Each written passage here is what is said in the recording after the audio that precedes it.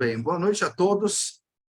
Eu sou o João Alexandre e vou ajudar na condução do nosso webinar dessa noite e vou rapidamente apresentar a vocês a AESB, né? Associação dos Ex-Alunos da Escola Senai Suíço-Brasileira.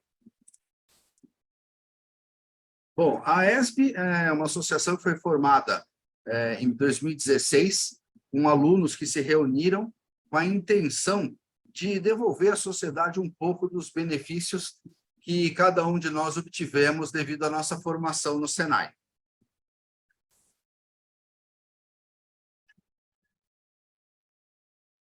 Aos alunos e ex-alunos da Escola Senai Suíço-Brasileira. Essa associação foi criada para você e por você, com o objetivo de devolver à sociedade parte dos benefícios a nós proporcionados devido ao estudo nessa instituição. A AESB faz isso através de iniciativas e projetos, como, por exemplo, combate à Covid-19.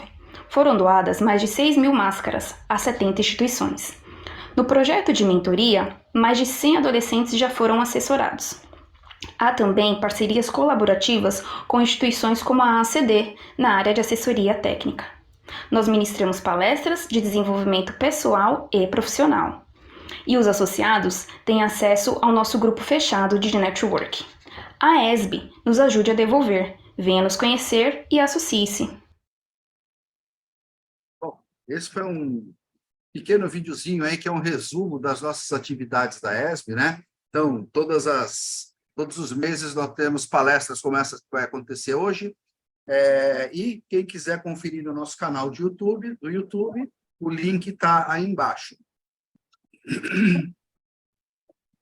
Bom, nós temos então o nosso projeto Jovem Aprendiz, que a intenção desse projeto é reunir jovens aí da periferia da Zona Sul de São Paulo, né, que é a região próxima às escolas que nós atuamos, fazer uma capacitação para eles poderem entrar no Senai uma condição melhor para participar do vestibular aí de entrada na escola.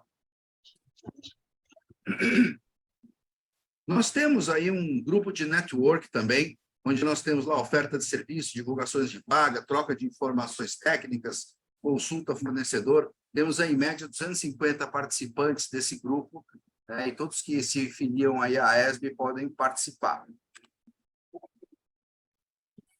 Nós temos, hoje, 3 empresas parceiras aqui da AESB. Nós temos a R-Sim, que trabalha com planos de saúde. Nós temos a Costa Kennerly, que faz assistência jurídica para aposentadorias ou pessoas que já estão aposentadas. E também temos a PWR e os seguros elementares, né? Então, você precisa fazer um seguro patrimonial, de veículo, responsabilidade civil, com a PWR. Bom, nós temos aí uma forte ligação com a ACD, nós fazemos diversos projetos juntos com eles, tanto na parte do desenvolvimento da parte da oficina mesmo, de produção da ACD, como projetos também já fizemos doações e uma série de colaborações técnicas que nós temos com eles. Bom, a AESB e o Senai tem um estreito relacionamento. Hoje nós atuamos muito próximo da Escola Senai de Torres e da Escola Senai Suíço-Brasileira, onde nós ajudamos a divulgar as ações promovidas por essas unidades, seus cursos, a comunidade do entorno e capacitação, além de termos membros que conseguem equipamentos para o Senai, ferramentais para o Senai e uma série de outras colaborações. Aqui nós estamos presentes nas redes sociais, né? Então, nós temos aí Facebook, LinkedIn, Instagram, YouTube, né? Se você apontar para esse QR Code que está aí na tela, você vai entrar numa página que tem todos os links das nossas redes.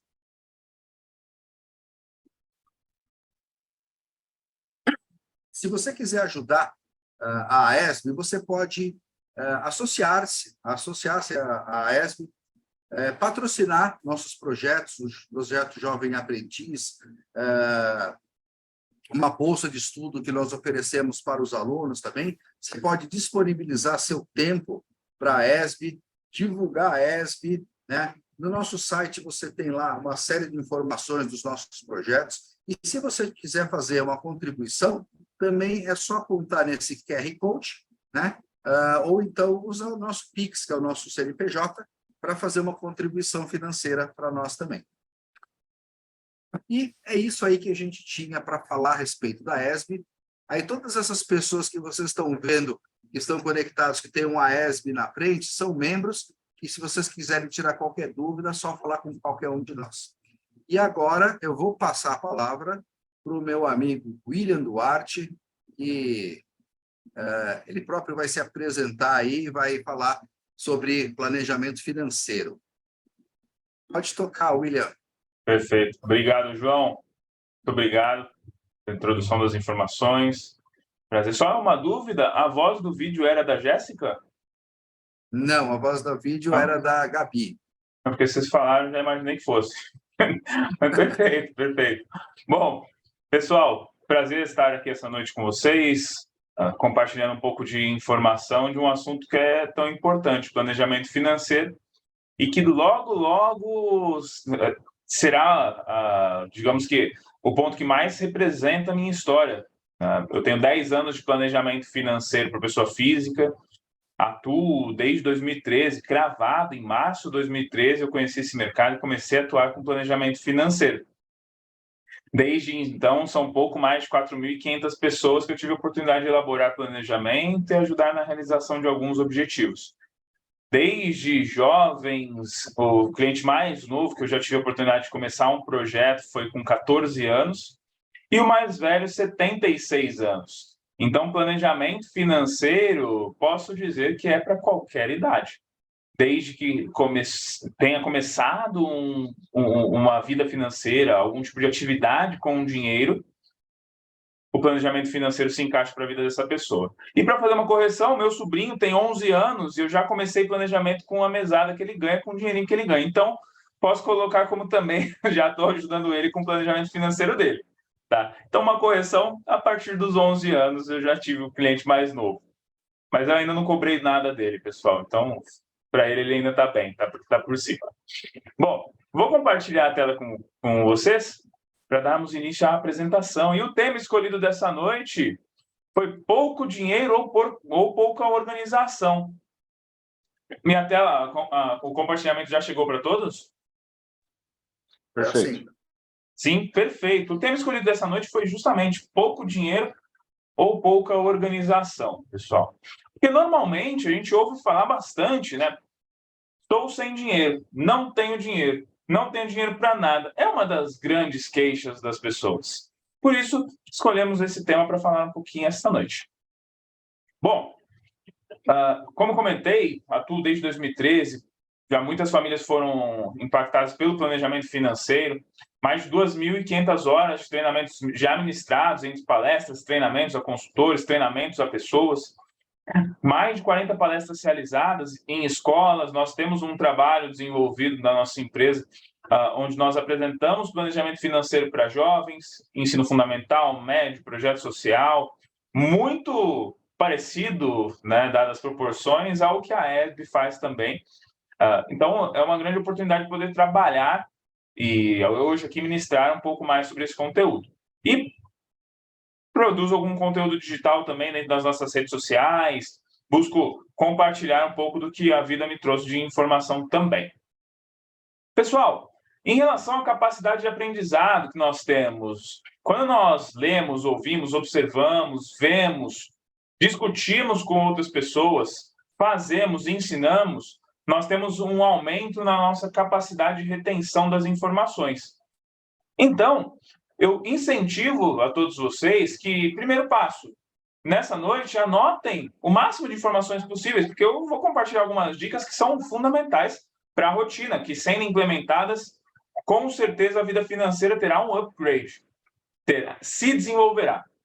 E, de preferência, não guarde para você esse conteúdo. Pegue as informações e ensine outras pessoas, compartilhem, discutam com outras pessoas, porque isso também vai aumentar a tua capacidade de retenção e vai ajudar outras pessoas a se desenvolverem financeiramente. O Brasil atual. Vamos entrar no conteúdo já, pessoal. O Brasil atual. O cenário financeiro, eu não vou entrar nas questões de saúde, nem nada do tipo, mas ele agrada 100% a todos vocês? Quando nós falamos de economia, transporte, saúde? Não, eu nunca ouvi uma resposta positiva para essa pergunta.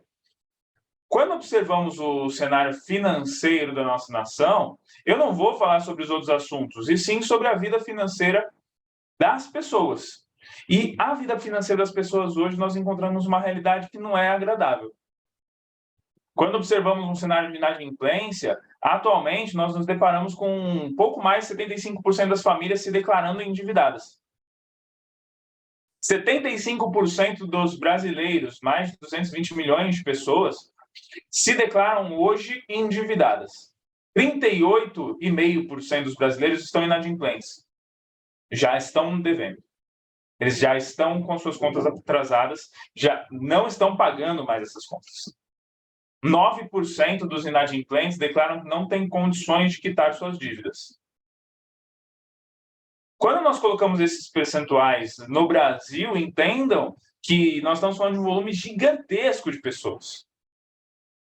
Talvez nós não consigamos nem parametrizar isso mentalmente, o quão grande é esse número, mas acreditem, é.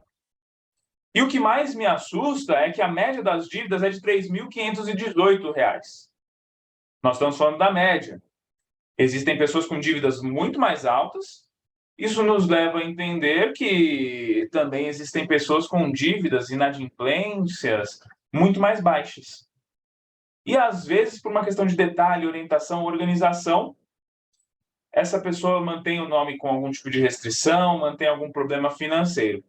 Então, aqui eu já quero começar uma construção da ideia de que, às vezes, não é a falta de dinheiro, não é o pouco dinheiro, e sim uma questão de organização, de ensinamentos, de educação financeira. Quando observamos por idade, nós identificamos que, a partir dos 18 anos, 18, 25, até os 29, 30, 39, nós identificamos que o grupo de pessoas inadimplentes aumenta. 6%, 17%, 20%, e depois ele começa um movimento inverso. Ele começa a regredir. 19,9%, 16,4%, 13,1%. O que acontece com o passar do tempo? As pessoas, obviamente, algumas delas aprendem, mas normalmente esse regresso no volume de inadimplência nacional, por faixa etária, nós identificamos que o principal causador disso, o principal fator que leva as pessoas a deverem menos, é a limitação de crédito que as pessoas têm com o avançar da idade. Ou vocês acreditam que o banco vai emprestar dinheiro para um financiamento de 30 anos para alguém que já tenha 70? Muito provavelmente não. Então, a tomada de crédito com o avançar da idade, a partir dos seus 40, 49, ela começa a regredir. Você tem menos oportunidades de crédito nessa faixa da vida. E quando nós temos ali 18, 24, eu tenho também uma restrição de crédito, porque as instituições financeiras não tendem a me emprestar muito dinheiro. Elas emprestam um pouco, e você vai, obviamente, abraçando aquele crédito, abraçando. Quando você se dá conta, você percebe que 100% da sua renda está sendo consumida por crédito, e você passa a dever. Os principais causadores dessa inadimplência que nós encontramos no Brasil, talvez vocês se espantem tanto quanto eu toda vez que vejo esse número, mas nós identificamos que as roupas e acessórios são os principais responsáveis pela inadimplência nacional.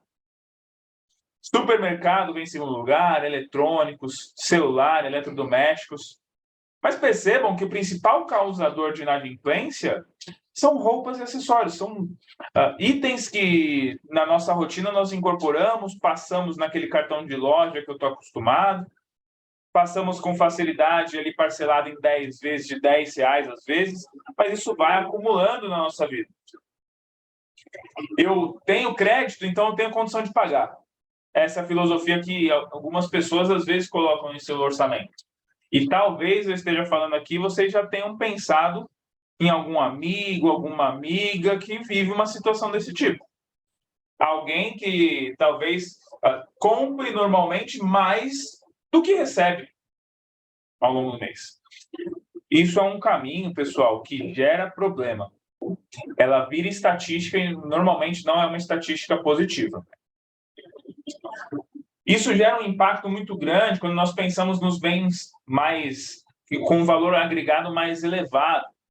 Quando nós pensamos, por exemplo, em automóveis, atualmente o percentual de automóveis que são devolvidos por falta de pagamento é de 19%. Isso porque nós temos hoje uma busca e apreensão no Brasil, nós temos esse sistema, mas a falta de pagamento também gera, obviamente, inadimplência, dívidas, e que as pessoas devolvam esse veículo. Nós estamos falando de um objetivo que foi em um certo momento realizado, mas ele é frustrado pela falta de pagamento. Quando nós falamos do sonho da casa própria, vocês já devem ter ouvido falar desse termo. O sonho da casa própria, eu vou ganhar uma casa própria, eu quero ter uma casa própria, quem casa quer casa. Já ouviram falar nessas expressões, com certeza. Quando nós falamos de imóvel próprio, a modalidade mais comum hoje de adquirir um imóvel é a aquisição através de um imóvel construído na planta, que está em fase de construção. Né? Quando nós identificamos isso e olhamos para o mercado imobiliário, 41% dos imóveis são devolvidos na fase de obras ali, no meio do caminho.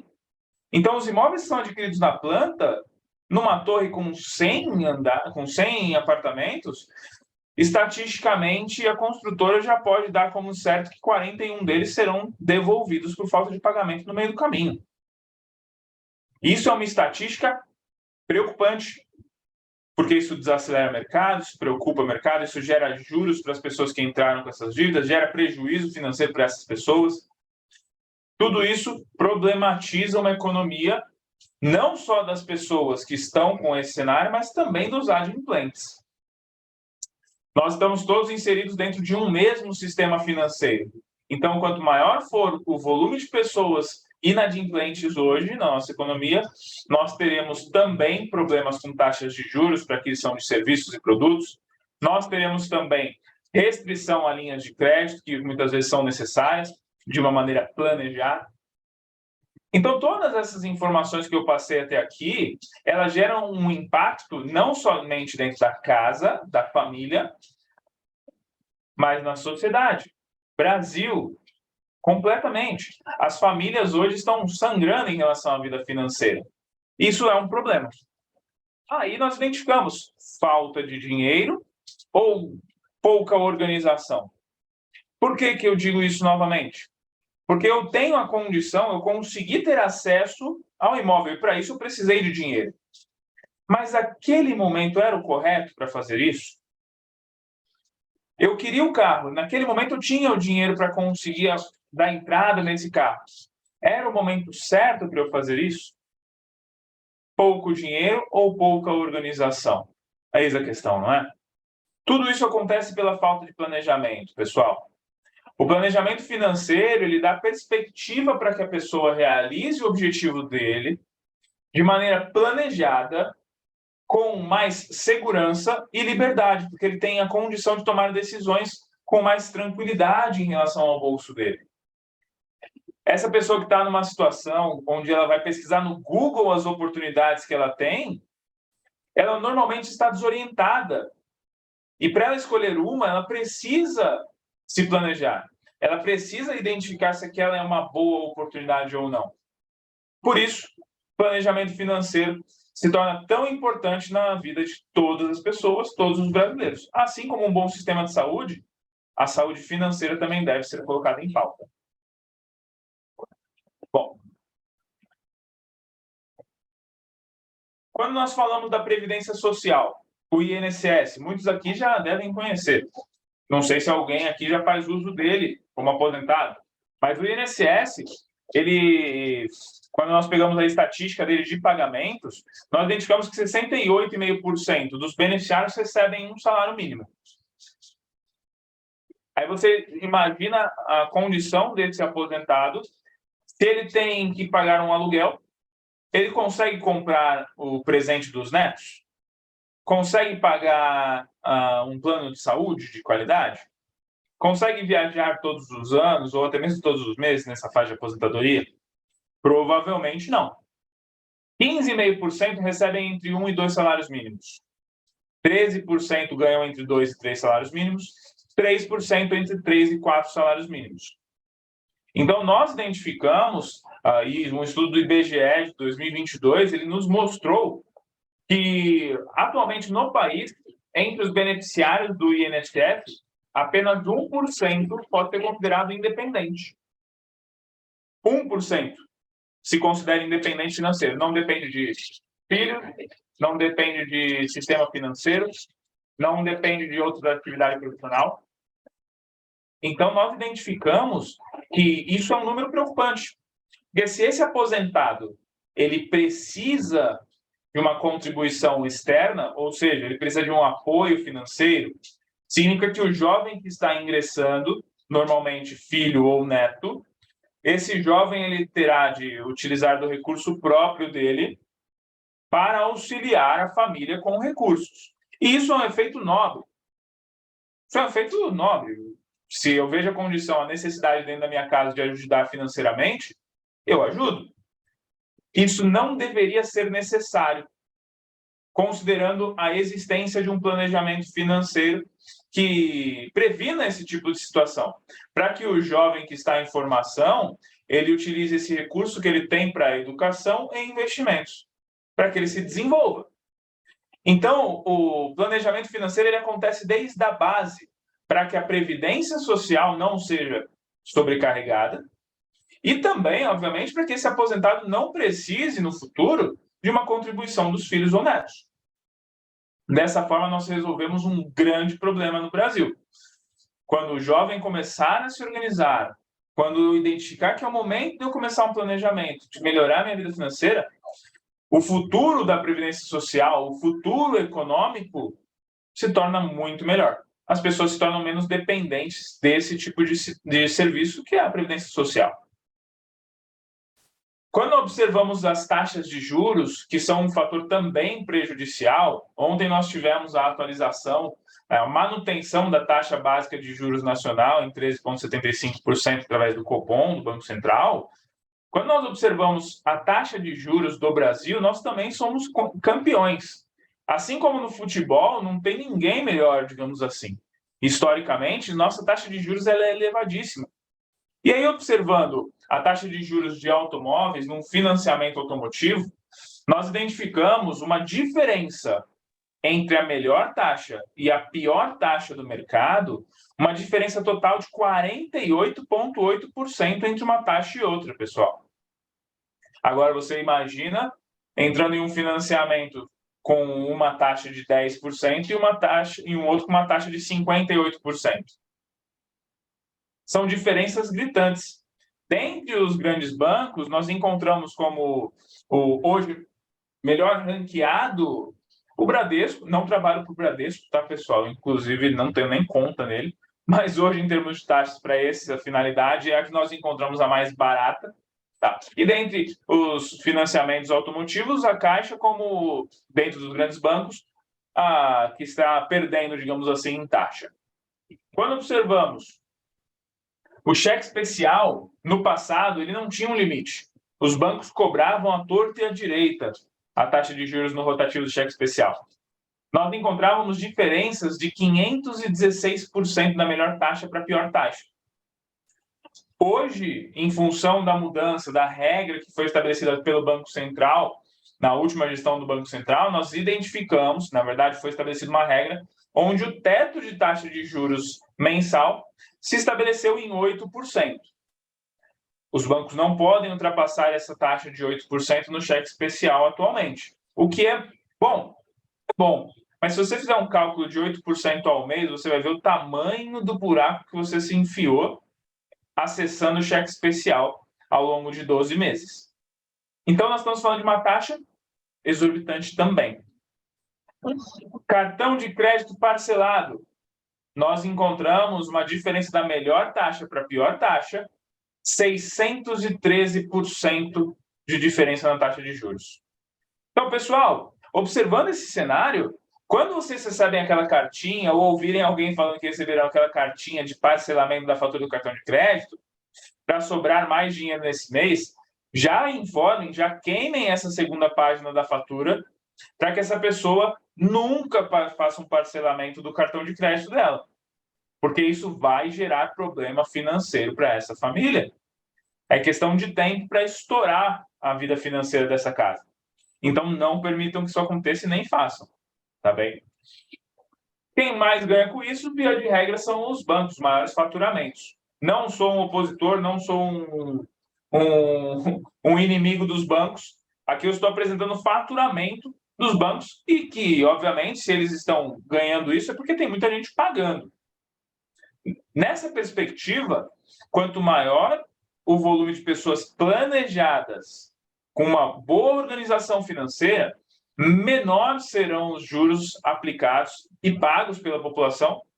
E, obviamente, nós temos um sistema financeiro onde a pessoa ela tenha melhores condições de vida, melhor padrão de vida, melhor segurança financeira, independência financeira também. Bom, falamos bastante coisa boa até aqui, né, pessoal? Só coisa bacana para energizar essa quinta-feira à noite. Vamos falar agora, de fato, tirando a ironia da história, quando sobra dinheiro, o que o brasileiro tem o hábito de fazer? Pensando numa linha natural, a resposta que eu ouço normalmente é: sobra? Sobra dinheiro para alguém? Isso acontece em algum momento da vida das pessoas? E, de fato, isso acontece. A grande questão é: o que eu faço com o dinheiro quando ele sobra? Nós, ao início da reunião, estávamos conversando, o Coja comentou que o pai dele citou uma vez que era importante guardar dinheiro sempre, né? Mas não citou que era importante investir ou onde investir. E, de fato, o onde também tem sua importância. Então, quando sobra dinheiro, o que as pessoas fazem?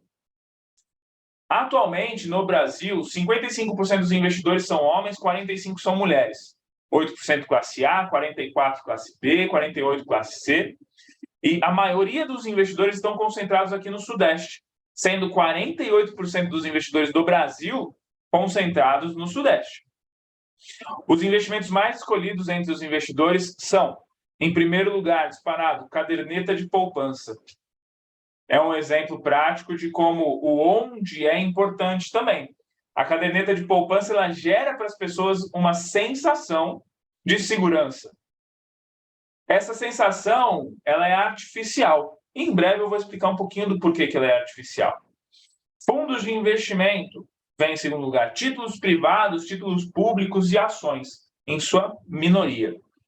Então, nós identificamos que o aporte em caderneta de poupança ainda é muito alto. As pessoas se posicionando nesse ativo, nesse tipo de investimento, ainda é um problema para a própria família, porque ela não vence a inflação, ela não vence a taxa básica de juros, ela não vence nenhum dos parâmetros de mercado que se tornam um investimento razoável. Portanto, a informação tem que chegar com mais agilidade às pessoas. Esse investimento, a poupança, atrai pouco mais de 62% das pessoas. Dos investidores do Brasil, pouco mais de 62% são atraídos pela poupança. E, voltando um pouquinho aí à memória, em maio de 2020, nós tivemos um acúmulo recorde de poupança e ele não diminuiu. Mesmo com a Selic a 13,75%, para termos um parâmetro, a poupança ela rende 6,17% ao ano. Se eu tenho uma taxa básica de juros de 13,75% e uma poupança rendendo 6,17%, e meu dinheiro, minhas aplicações estão concentradas nesse ativo, de partida, eu perco essa diferença todos os anos. De partida. E num pequeno movimento, com uma simples informação para o cliente, para as pessoas, saia da poupança e coloque seu dinheiro no Tesouro Selic. Com uma simples informação, eu já tenho uma guinada em retorno financeiro, em atualização, que, na pior das hipóteses, mesmo que a pessoa se conserve eternamente num Tesouro Selic, essa pessoa já está com um resultado superior ao resultado que ela tinha na poupança anteriormente. Em qualquer tipo de investimento que pague 100% do CDI, por exemplo, que é o indexador mais comum, essa pessoa já terá um upgrade nos resultados dela de pelo menos 100%. De 6% para 13,15%, a gente já sabe que pelo menos essa pessoa dobrou o resultado dela no ano, com um movimento muito simples, pessoal. Aí cabe já uma sugestão. Não permitam que os jovens que estão próximos a vocês guardem dinheiro em poupança. Façam um movimento diferente. Não permitem que os idosos que estão próximos a vocês façam isso também. Façam sugestão de tipos de investimento, de lugares, ambientes que paguem, no mínimo, o dobro do que a poupança. Então, pessoal, quando observamos essas informações de que o mercado financeiro hoje, nós encontramos pessoas sangrando com ele, nós identificamos que as pessoas hoje estão inadimplentes por principalmente roupas e acessórios. Quando identificamos que as pessoas estão comprando o imóvel e devolvendo por falta de pagamento, são todos pontos problemáticos para a cultura financeira nacional, para a próxima geração e para a geração que hoje está. São todos pontos negativos. Nós temos a função, a condição de mudar esse cenário, começando dentro da nossa casa. Olhando melhor para os nossos números, cuidando melhor daquilo que é nosso, dando prioridade para os nossos custos, para os nossos rendimentos. Dessa forma, eu tenho condição de atingir a liberdade financeira. Dentro da minha empresa, dentro do meu propósito de vida, através de planejamento financeiro, eu identifico que a liberdade financeira ela pode ser atingida por todos. Tem mais relação com o tempo do que com o dinheiro. E isso nos leva a alguns passos para a liberdade financeira. Esses passos, sendo colocados em prática, assim como uma construção, eles tendem a gerar o upgrade na vida financeira das pessoas, a levar as pessoas, independente da condição atual, a atingirem a liberdade e estabilidade financeira. Uma construção. Não sei quem de vocês mora em prédio hoje, mas se moram ou em prédio ou em casa, se sentiriam confortáveis em saber que a casa de vocês ou o prédio que vocês estão foi construído com areia da praia, por exemplo? Imagino que não. Se sentiriam confortáveis em pensar que o construtor ele resolveu dar uma economizadinha e fez a fundação com madeira, com, sei lá, argamassa de má qualidade, com cimento ruim, porque ele quis dar uma economizadinha? Ou talvez, pior ainda, que esse construtor ele nem se preocupou com a fundação. Ele começou a construção com base no tijolo ali no chão mesmo. Vou começar a construir a parede e tá tudo certo, não vai cair. Se eu amarrar direitinho em volta, ele continua em pé. A segurança tá lá embaixo. Eu não me sentiria confortável. Eu moro no 6º andar. Imagine saber que foi construído com a areia da praia, não faria muito sentido. Agora, quando nós observamos um exemplo tão claro como esse, de segurança, por que nós não aplicamos o mesmo conceito para a nossa vida financeira? Se eu der exemplos aqui para vocês, eu imagino onde vocês se posicionariam. Quando vocês escolheram a casa, o imóvel que vocês estão morando hoje, ou quando vocês se mudaram, ou quando vocês pensam em comprar um imóvel, vocês pensam desse imóvel primeiro na fundação, ou vocês pensam no tipo de TV que vocês vão colocar na parede, vocês pensam em como será o acabamento das portas, o tipo de mesa que eu quero, a cama, se vai ser colchão de mola ou de espuma. Normalmente, eu imagino que vocês pensem nesses detalhes. A fundação eu nem me preocupo se o construtor resolveu construir ou não uma fundação decente, se o cálculo matemático foi bem feito. Na vida financeira, a gente tem que começar a pensar da mesma forma que o construtor de imóveis, que a base é fundamental. E antes de eu pensar que tipo de investimento eu tenho que fazer, quanto que eu tenho que guardar todos os meses, é fundamental eu compreender a base da vida financeira. A estrutura, o que vai garantir que eu não volte para estaca zero? Isso é um ponto fundamental. Não adianta eu pensar qual é a melhor ação para eu comprar na Bolsa de Valores Nacional, se eu não tenho bases, educação financeira, princípios estabelecidos. Então, falarei com vocês sobre princípios e, numa ordem cronológica de realizações, falarei também sobre parte de investimentos. Agora nós entraremos em dicas práticas de como realizar a construção dessa liberdade financeira. E lembrem, todos os passos são importantes, mas o primeiro vem antes do segundo. O segundo vem antes do terceiro. E a melhor forma de fazer isso é conservando a ansiedade de vocês, porque investir tem que ser tão dinâmico quanto você acompanhar o crescimento de uma árvore, como diria Warren Buffett. É tão dinâmico quanto. Se você olhar para a árvore todos os dias, você vai perceber que ela cresceu 1 centímetro ou 10 centímetros? Não. Se você puxar, quando ela é só uma raizinha, puxar ela do chão para ela crescer mais rápido, ela vai crescer mais rápido? Também não. Então, eu tenho que regar, fazer atividades diárias para que ela cresça. Então, sem mais delongas, que devem estar ansiosos, vamos falar dos 7 passos para a independência financeira, liberdade financeira. Tá? E se alguém tiver alguma dúvida no meio dos 7 passos, por favor, manda no chat aqui que eu dou um jeitinho aqui e volto, respondo, talvez deixe para o final, mas a gente já dá um jeito, para não perderem as dúvidas, tá bem? Primeiro passo, pessoal.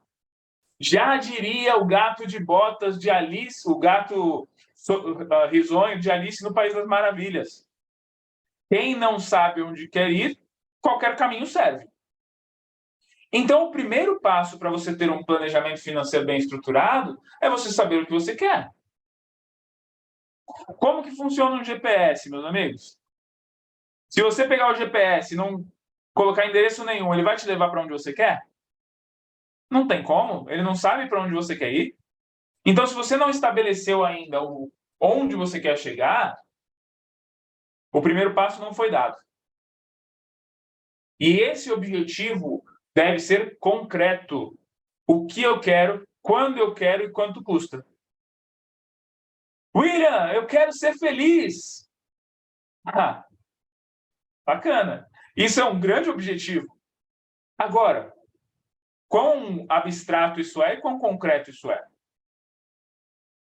Ok, o que me traz felicidade é isso, é isso, é isso. Quanto custa isso, isso, isso? Quando eu quero isso, isso, isso? Então, tornem o objetivo algo concreto. Saibam o que eu quero, quando eu quero e quanto custa. Um exemplo prático disso. Eu quero uma air fryer. Olha que bacana. Um objetivo simples, né? Um objetivo simples. Mas é o objetivo de toda a família brasileira, né? Que ainda não tem. Eu quero uma air fryer. Perfeito. Eu quero uma air fryer. A air fryer está R$300. Ok. Não é porque eu tenho no meu cartão de crédito os R$300 que eu tenho que ir lá passar em 10 suaves prestações de R$30. O que eu quero, quando eu quero, eu tenho que estabelecer a data para realizar isso. Porque concordam comigo que se você sai hoje da sua casa, vai ao shopping, encontra uma air fryer e compra, sem ter pensado nisso, sem ter a intenção de fazer essa compra antes de sair de casa, concordam que isso não é planejamento? Isso é impulsividade? Então, o que eu quero, quando eu quero, e a resposta não pode ser agora, e quanto custa. Com essas 3 perguntinhas que você coloca uma resposta na frente delas, você vai identificar aquilo que de fato são os seus objetivos. Não importa a quantidade, pessoal. Eu conheço pessoas, né, ao longo desses 10 anos, conheço pessoas que eu quero casa, quero carro, quero uma bicicleta, quero me casar, quero um PlayStation, quero um iPhone, quero fazer uma viagem para a Grécia, uma viagem para os Estados Unidos, quero conhecer também o interior de São Paulo. Não importa que você queira o mundo. Escreva o que você quer, quando você vai realizar cada uma dessas atividades, qual que é o prazo para cada uma delas, e determina em quanto custa. Dessa forma, item a item, pessoal, nós vamos eliminando. Porque sabendo o que eu quero, eu consigo fazer que esses objetivos se enquadrem dentro do meu orçamento. Compreendem?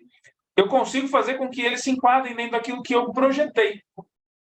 E um ponto que é muito importante também.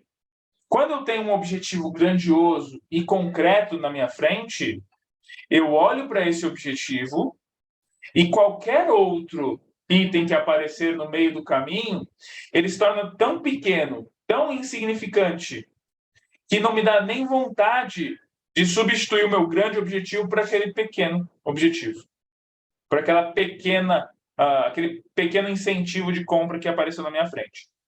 Então, primeiro passo, tá claro? Sugestão, coloquem em prática ainda hoje, entre hoje e amanhã. A vantagem do planejamento financeiro é que ele não é que nem dieta. Você não precisa esperar até segunda-feira, pessoal.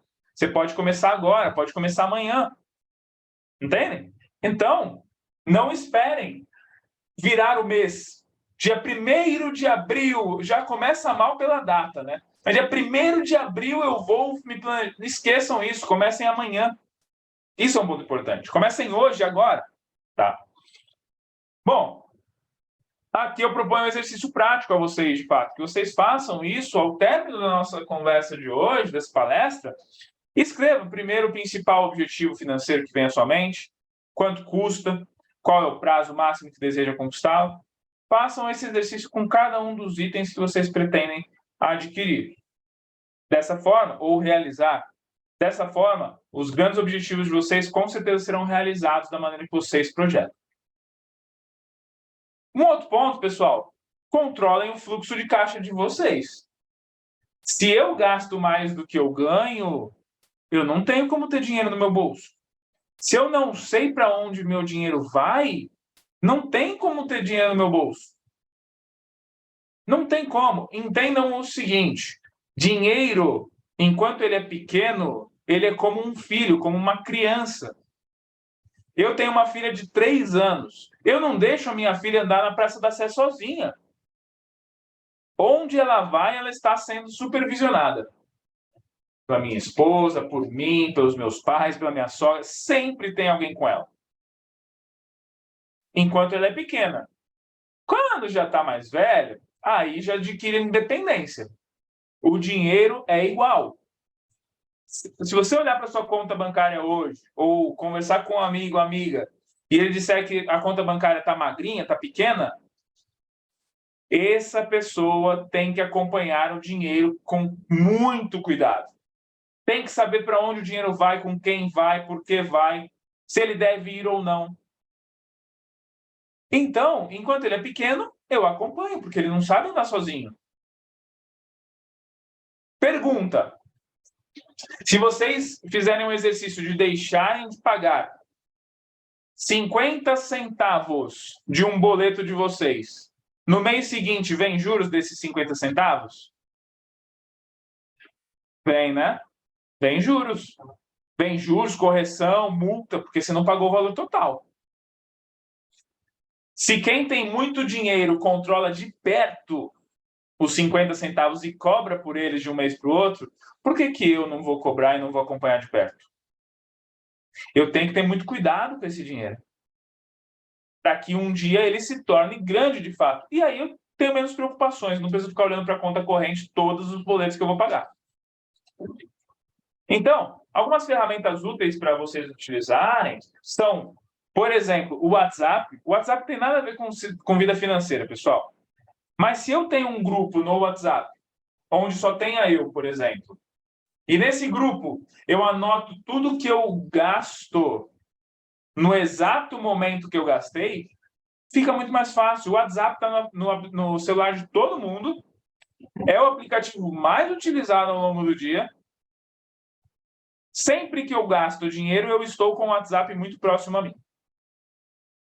Então, para simplificar, o WhatsApp anota a data que você mandou a mensagem, você vai lá e coloca iFood pós-palestra, R$ 35.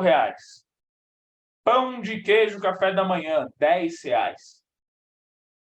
Deem nome aos bois. Saibam quem que levou o seu dinheiro. Saibam para onde ele foi. O cafezinho não vai te deixar pobre. O cafezinho 3 vezes ao dia, todos os dias da semana, pode ter esse efeito. Saibam para onde ele foi.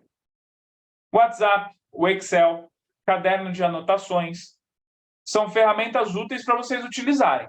E tem alguns aplicativos para o pessoal mais tecnológico, como, por exemplo, o Gasto na Medida, Guia Bolso, Minhas Economias, aplicativos gratuitos que vocês podem utilizar para controle financeiro, tanto manual quanto automatizado. Então, são excelentes ferramentas para que vocês coloquem em prática na vida de vocês, vocês tenham melhores resultados. Não só vocês, mas família. Lembrando que eu estou incentivando aqui que vocês também disseminem essa informação, esse conteúdo, para pessoas próximas a vocês. Perfeito. Seguindo, pessoal, o terceiro passo, nós estamos falando de gestão patrimonial. A proteção daquilo que eu tenho. Compreendam que, se vocês hoje têm um celular e vocês saem com ele na rua, esse celular, pode ser que ele tenha um valor agregado a ele de R$300, R$1.000, R$5.000, R$10.000, R$14.000, que celulares hoje nós encontramos nesse preço. Se você sai com isso na rua e você não tem uma proteção para esse item, e não estou falando de capinha não, tá, gente? Uma proteção, algum tipo de segurança para esse item, o meliante vem próximo de você e simplesmente diz, passa para cá. Quanto tempo você fica sem um celular? Aí é uma pergunta sólida, né? Vocês ficariam os próximos 12 meses sem celular para acumular dinheiro para daqui a 12 meses, 1 ano, comprar um celular novo? Provavelmente não. Então, das duas, uma, ou eu vou pegar no cartão de crédito e vou parcelar um novo, que eu não estava planejando isso, ou eu vou pegar do dinheiro que eu guardei durante meses e vou ter que comprar um celular novo. Então, a proteção patrimonial está muito relacionada a isso. Eu moro em São Paulo. Não sei onde vocês moram, mas eu moro em São Paulo. Bairro da Moca. Se eu sair de casa sem um seguro e levarem meu carro ele vale hoje em torno de 78 mil, 80 mil. Se levarem meu carro, já pensaram eu ter que tirar 80 mil do meu bolso de novo para comprar um outro carro? Que lástima. Eu estou dando passos atrás em função de não ter cumprido o princípio de proteção. Aí, pessoal, poxa, um seguro para o meu celular é muito caro. Eu dou uma dica para vocês. Existem nos bancos os seguros bolsa protegida, que caso roubem um item seu, a bolsa, o celular e o cartão esteja junto da conta corrente de vocês, por exemplo, esse seguro bolsa protegida ele te garante até normalmente 5 a 7 mil reais, depende do seguro que você contrate da instituição.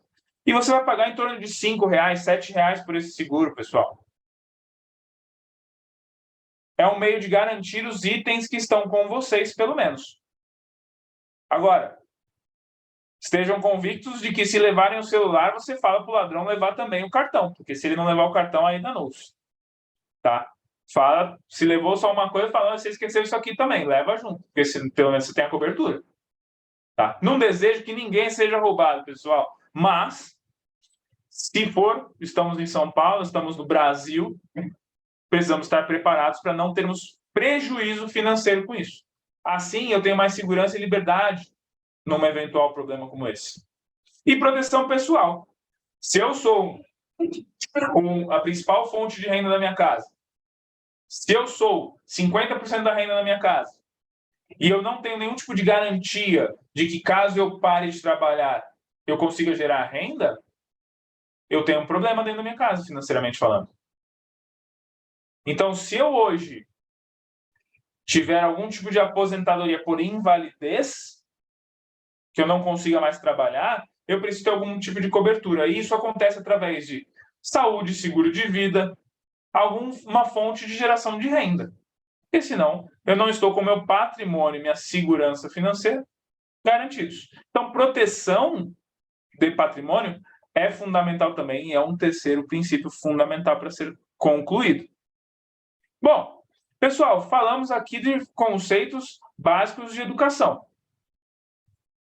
Esse outro passo também representa o conceito de educação financeira, que é se livrar de juros negativos.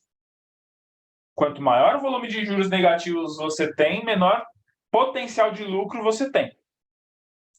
Essa sequência, crédito consignado, financiamento de automóvel e imóvel, crédito com garantia, empréstimo pessoal, cheque especial, parcelamento de cartão de crédito, vocês estão vendo aqui literalmente uma sequência em volume de juros adquirido por conta, por linha de crédito.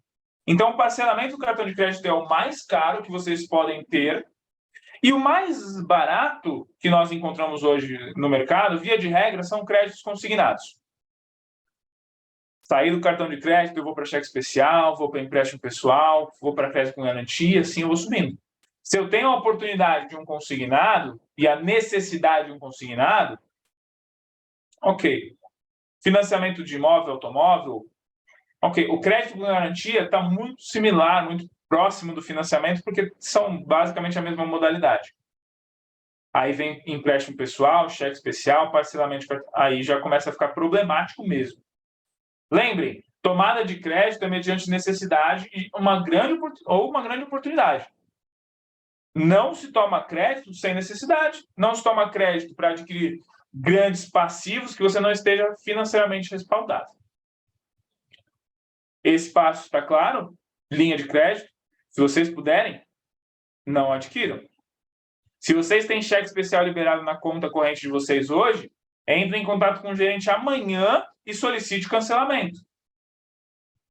Para que a oportunidade não faça o ladrão, entendem? Para que se eu vejo crédito disponível lá, eu já queira utilizar. Cancelem, assim que possível. E aí vamos entrar na parte mais agradável, na parte prazerosa da vida, que é aquilo que todo mundo gosta de ver. É a TV, a jacuzzi, o colchão de molas, né? Investimentos, pessoal. O quinto passo para acúmulo, né, está relacionado a acúmulo de curto prazo. Pessoal, vocês já devem ter ouvido a receita do bolo, de que é necessário constituir uma reserva financeira, uma reserva de emergência de 6 a 12 vezes o custo de vida mensal. Isso é receita de bolo, pessoal. Se vocês me apresentarem alguém que tem isso constituído como reserva de emergências, parado numa conta corrente ou numa poupança, eu já vou falar que essa pessoa está errada e já vou falar que é um alien, porque não é o mais comum de acontecer no Brasil. Tá bem? Então, sendo bem franco, 6 a 12 vezes é receita de bolo.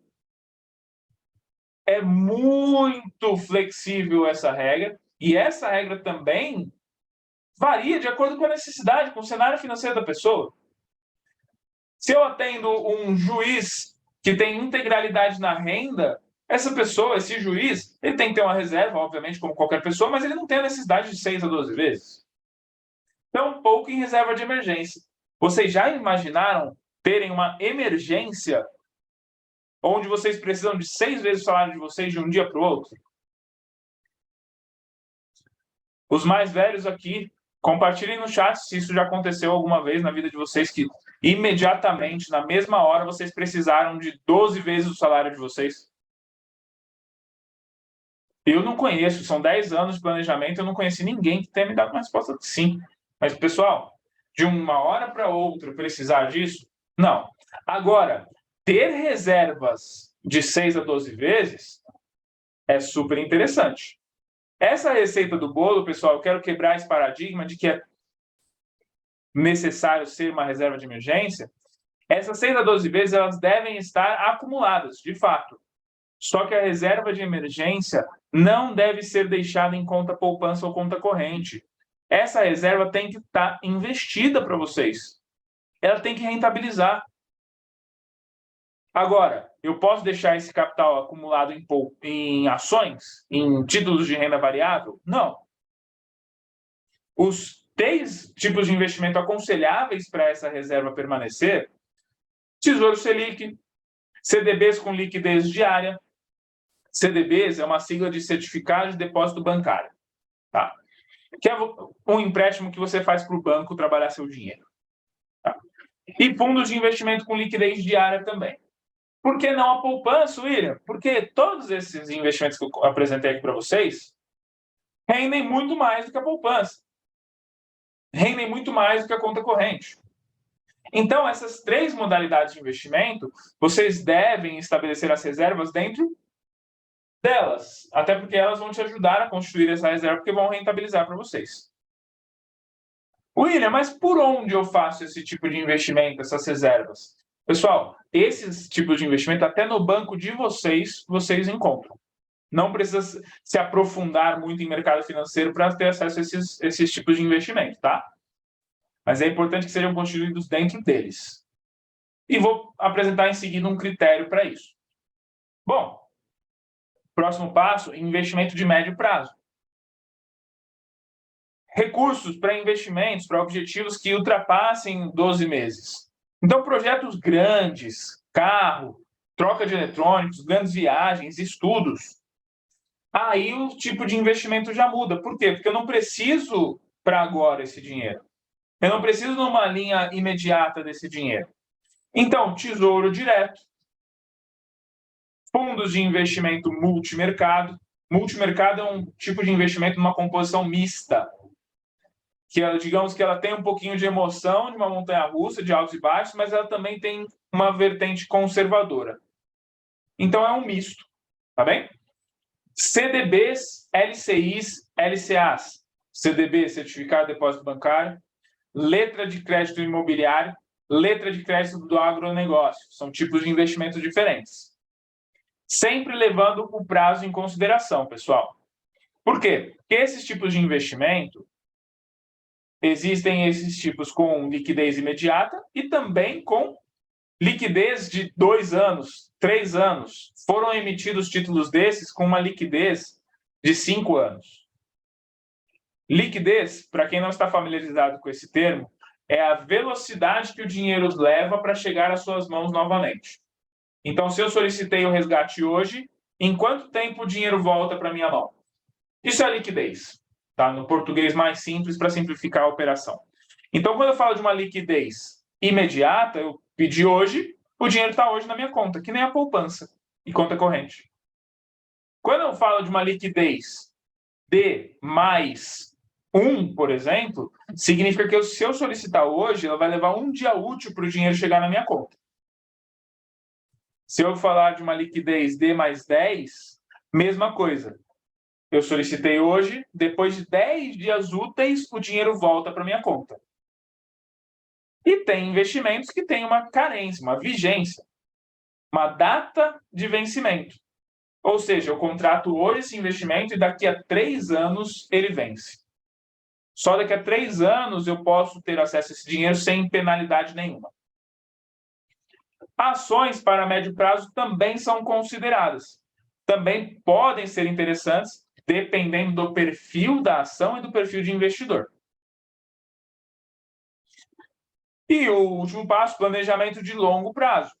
Acúmulo de longo prazo, pessoal, é planejamento para grandes projetos, como, por exemplo, uma aposentadoria, a liberdade financeira, compra de imóvel, faculdade dos filhos, abertura de empresa, principalmente aposentadoria. Os juros compostos podem ajudar muito nesse processo. Como diria Einstein, a maior força do universo nós encontramos nos juros compostos.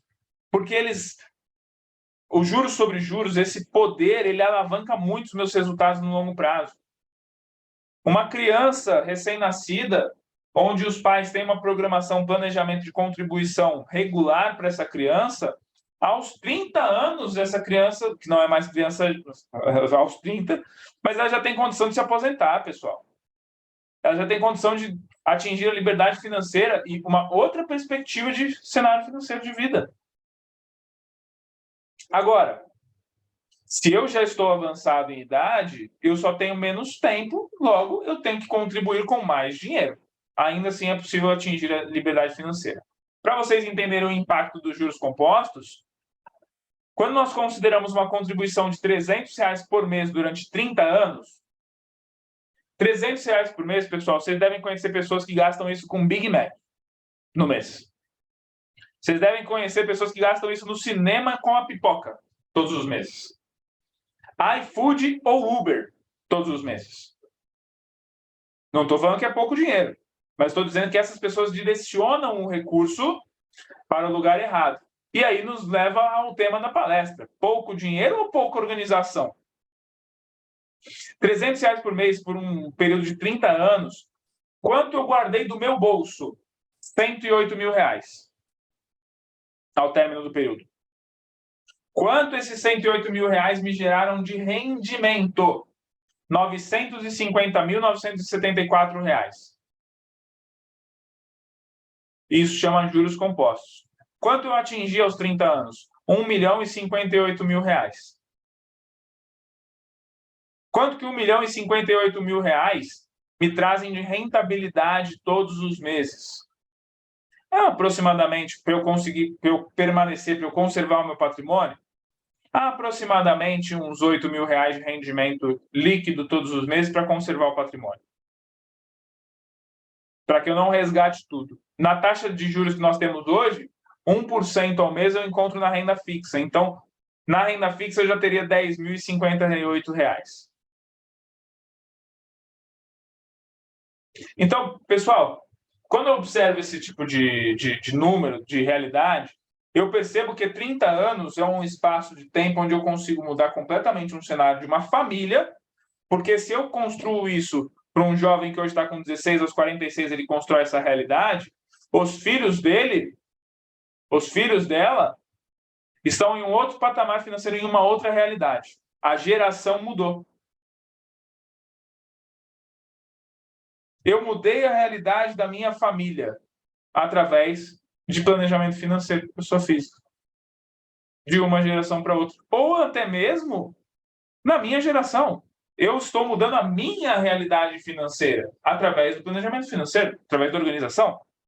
Investimentos aconselháveis para isso: previdência, fundos de investimento em ações, fundos imobiliários e propriamente as ações, porque eu tenho uma perspectiva de longo prazo desses objetivos. Logo, os juros compostos me trazem um excelente resultado. Agora, William, R$300 eu não consigo guardar. É mais do que a minha realidade permite hoje. Tá bom. Guarda 100. Se você guardar 100, que você atinja 30% desse resultado final. 300 mil, por exemplo. 350 mil reais. Ok. Daqui 30 anos, na sua aposentadoria, você atingiu esse valor. É melhor atingir 350 mil reais e ter uma renda de 2.500 complementar, ou atingir o total de R$0? Compreendem? Fazer pouco é melhor do que não fazer nada. É como eu falo, eu tive problema com peso por muito tempo. Uma caminhada é melhor do que continuar no sofá. Entendem? Hoje, uma corrida, obviamente, que é melhor. Mas fazer pouco é melhor do que não fazer nada. E quando eu falo de planejamento financeiro, criar a oportunidade de fazer é fundamental. Bom, informações básicas. Isso aqui, se vocês quiserem, tirem print, fiquem à vontade, tá, pessoal? Mas taxa Selic, Sistema Especial de Liquidação e Custódia, é a nossa taxa básica de juros. Traduzindo. CDI é um negocinho que eu tenho que ficar de olho para saber se meu investimento está rendendo bem ou mal para mim. Se alguém oferecer para vocês algum tipo de investimento que renda menos do que 103% do CDI, pelo menos, pula fora. Não precisa, vai para o Tesouro Selic mesmo, tá bom. 103% do CDI para cima, começa a considerar. Por que eu estou falando desse termo? Porque é o indexador mais utilizado em instituições financeiras para te mostrar algum tipo de resultado. E aí, normalmente, se fala 80%, 87% do CDI. Pessoal, pula fora. não aceita. IPCA, Índice de Preço do Consumidor Amplo, a nossa velha inflação. Quanto que aumenta, quanto que cai. Por que o aumento da gasolina aumenta a inflação, aumenta o nosso IPCA? Então, todos os preços são calculados e identificamos o IPCA numa média de preços e o aumento e a queda dele. E o juro real, que é a taxa nominal, ou seja, o quanto me dizem que vão pagar, menos o IPCA, porque o IPCA, se ele estiver lá na lua, estiver muito alto, o meu investimento ele também tem que rentabilizar mais do que o IPCA, para que eu, de fato, tenha lucro na minha operação financeira. Então, são algumas siglas importantes aí para não cair na sopa de letrinhas do mercado, tá, pessoal? A regra que eu comentei com vocês, acima de 100% do CDI, 103 normalmente, investimentos vocês podem considerar, podem fazer com mais tranquilidade. Abaixo de 100% do CDI, descartem. Não, obrigado, não quero ter acesso a esse tipo de investimento. Ok, pessoal? E, para resumir, se livrem de taxas, se livrem de gastos desnecessários, criem uma conta corrente em banco digital que rentabiliza para vocês, escolham um cartão de crédito ideal para vocês, saiba exatamente tudo que ganhar e tudo que gastar, guarde sempre um pedaço do que você ganha, sempre. William, estou guardando R$30 por mês, ótimo, você não guardava nada, você está crescendo financeiramente.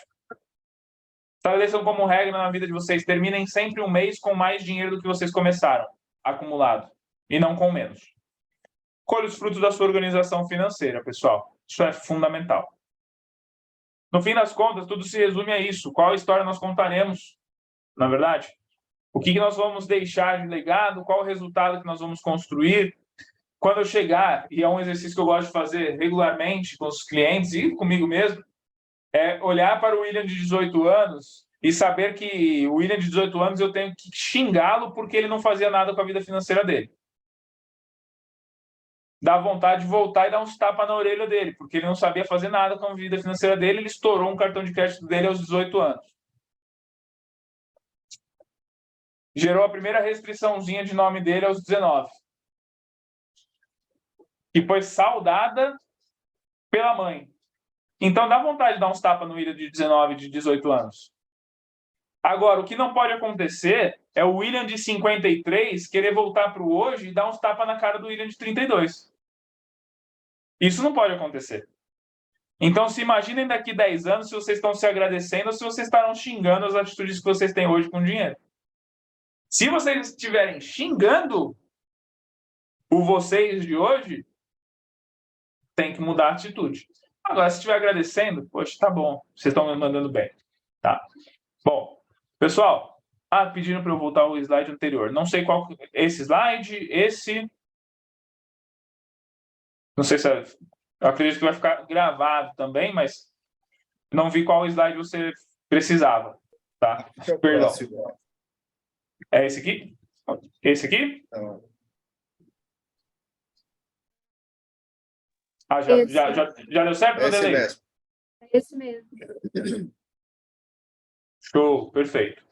Bom, então, pessoal, vou avançar, acredito que talvez já tenha dado o print, Vanderlei. Que isso. Bom, pessoal, então, aqui sigam tanto a Planize.br, que é a nossa empresa de planejamento financeiro para pessoa física, quanto o meu perfil pessoal. Vai ser um prazer tê-los lá também. Nós lançamos bastante conteúdo. E, caso queiram, escaneiem esse QR Code.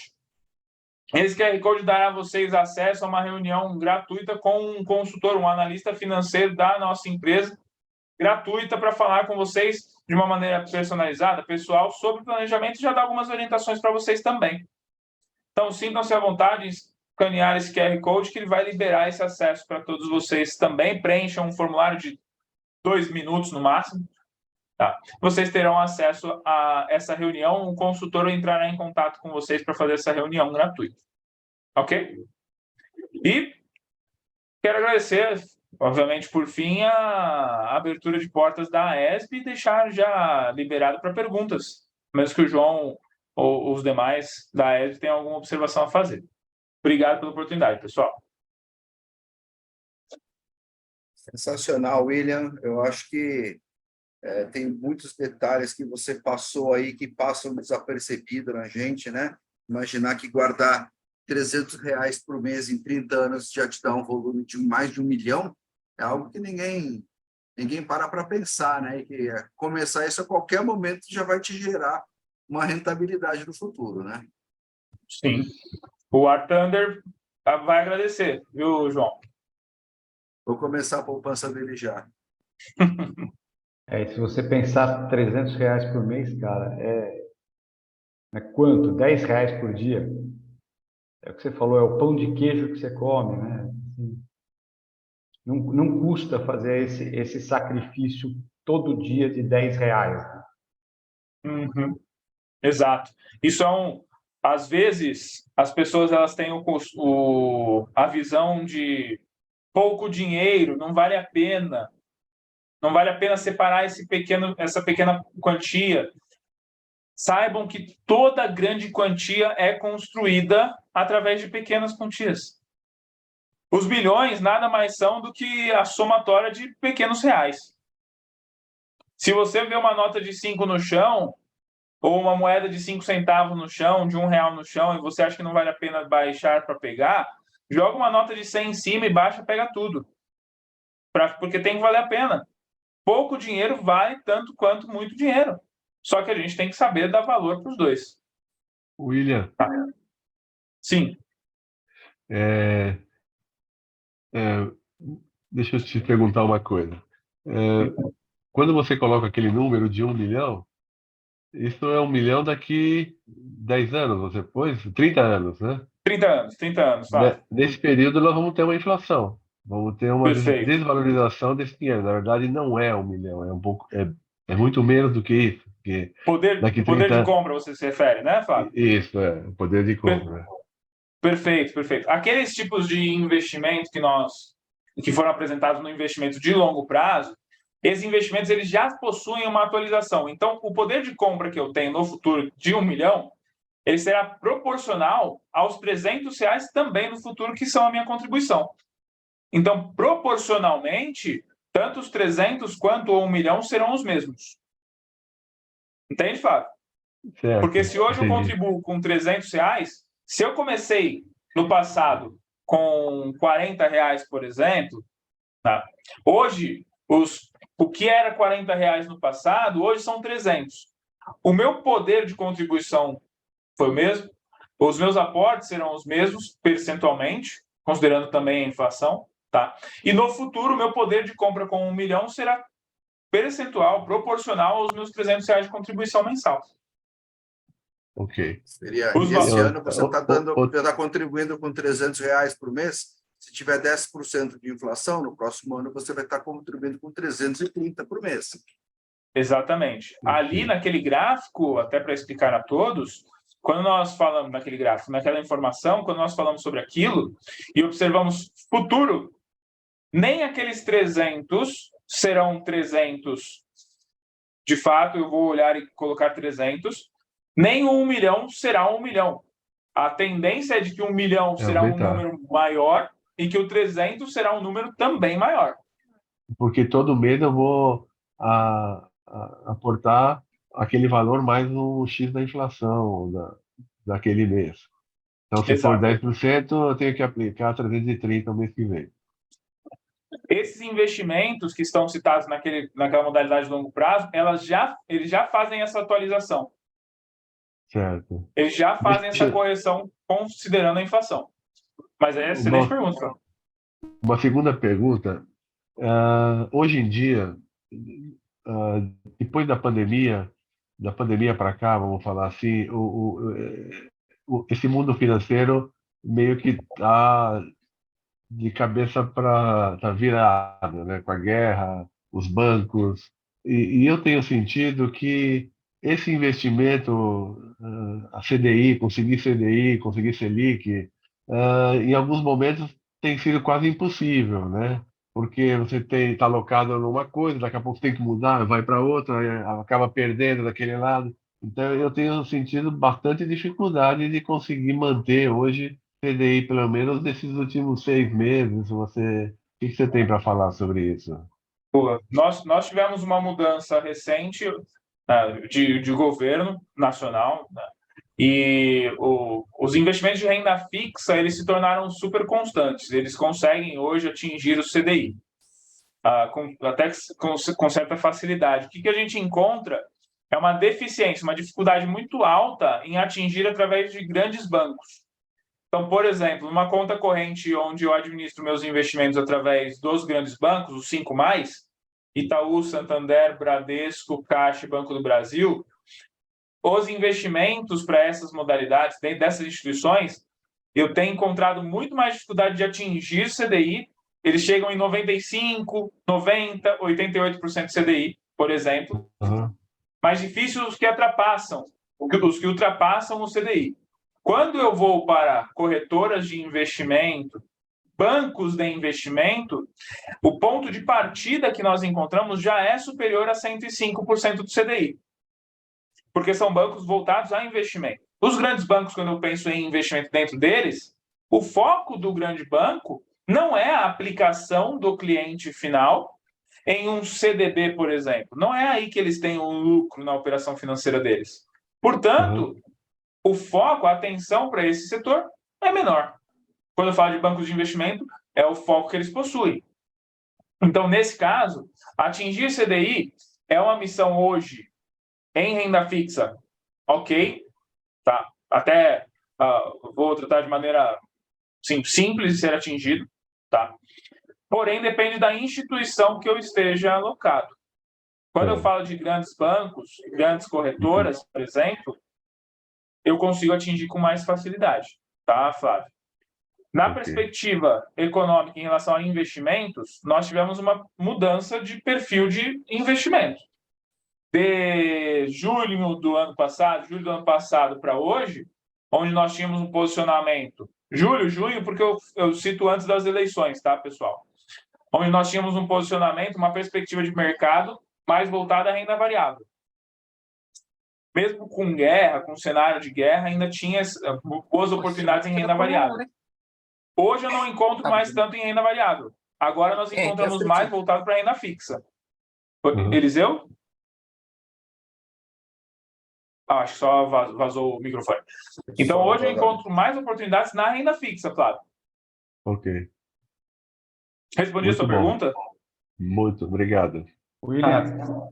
William, é bom falar para o pessoal, né, daquela famosa regrinha dos 70%, 30%, 80%, 20% entre renda variável e renda fixa, né? Pensamentos assim de longo prazo, fazer essa combinação, né? Perfeito, Roger. Existem algumas regras, né, algumas métricas para investimento de curto, médio e longo prazo. Existe algumas receitas de bolo também, se me permite assim dizer, que são de que eu devo direcionar parte do que eu invisto para curto prazo, para reserva, parte do que eu invisto para médio prazo e a outra parte para longo prazo. Existe uma metodologia que, via de regra, trabalha enquanto eu não estabeleci reserva nenhuma, ela trabalha em 50%, 30%, 20%. Eu não investi nada até hoje. Eu pego 50% do que eu vou começar a investir e coloco para aportes no curto prazo, 30% para aportes de médio prazo, para objetivos de médio prazo, 20% para longo prazo. Isso é um ponto. Então, quanto eu vou direcionar do meu investimento para cada período da minha vida? Essa é a primeira regrinha, receita de bolo, digamos assim. Tá? A segunda regrinha, receita de bolo, que eu posso colocar em prática é 80% do meu patrimônio eu coloco para renda fixa, ativos conservadores, aquilo que vai me garantir, patrimônio não, perdão, 80% do que eu vou investir, eu coloco para ativos da minha rotina, para segurança, títulos de renda fixa super conservadores. Outros 20% eu posso colocar numa exposição um pouco maior a risco, porque numa eventual perda de patrimônio, a maior parte do meu capital ainda está posicionada em renda fixa. Essa é uma segunda receita de bolo, que é o tipo de investimento que eu vou adicionar meu dinheiro. 80% em renda fixa, 20% em variável, em algum ativo que me proporcione uma oscilação maior. Tá? Isso é uma forma de trabalhar. Existe um grande economista de mercado chamado Gustavo Cerbasi, que ele sugere, inclusive, uma terceira regra. Essa terceira regra é baseada na estimativa de vida de uma pessoa. Como que ela funciona? Se eu tenho uma estimativa de vida de 90 anos, por exemplo, eu já vivi 20 anos, por exemplo, eu vou pegar o que eu já vivi, quanto eu represento o que eu já vivi, e vou colocar quanto eu já vivi de representatividade em um ativo de renda variável. Por exemplo, vamos simplificar a conta. Minha estimativa de vida é de 100 anos e eu já vivi 20. 80% do meu ativo, do que eu vou investir, vai em renda variável, em renda fixa, e 20% em renda variável. Conforme eu vou avançando, 80% em renda variável e 20% em renda fixa.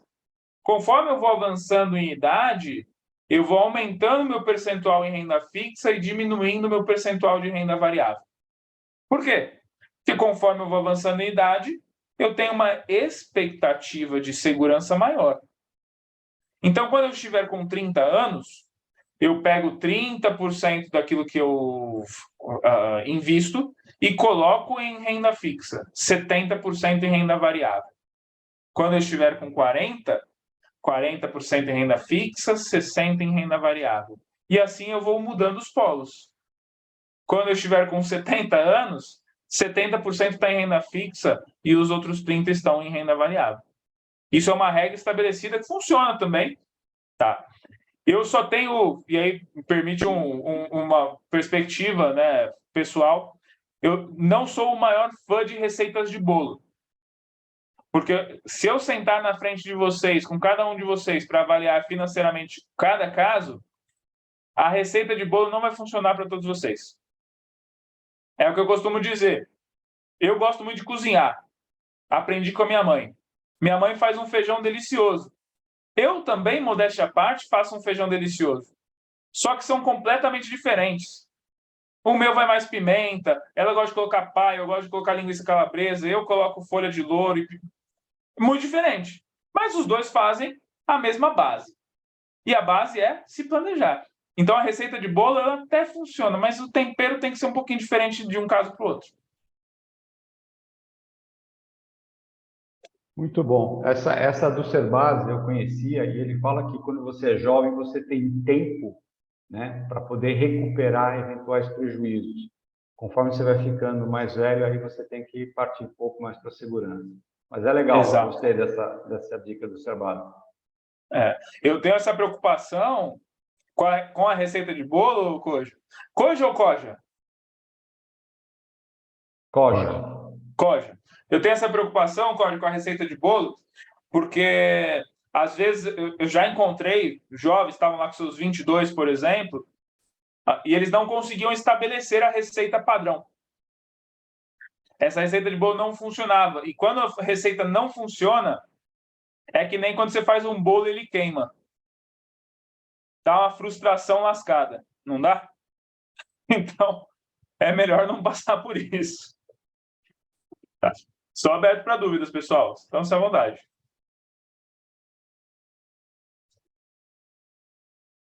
Só temos vamos por mais 5 minutinhos aí, que o nosso horário é 9. Vamos estender mais 5 minutinhos aí para quem tiver dúvida. Aproveitar para perguntar aí para o nosso William.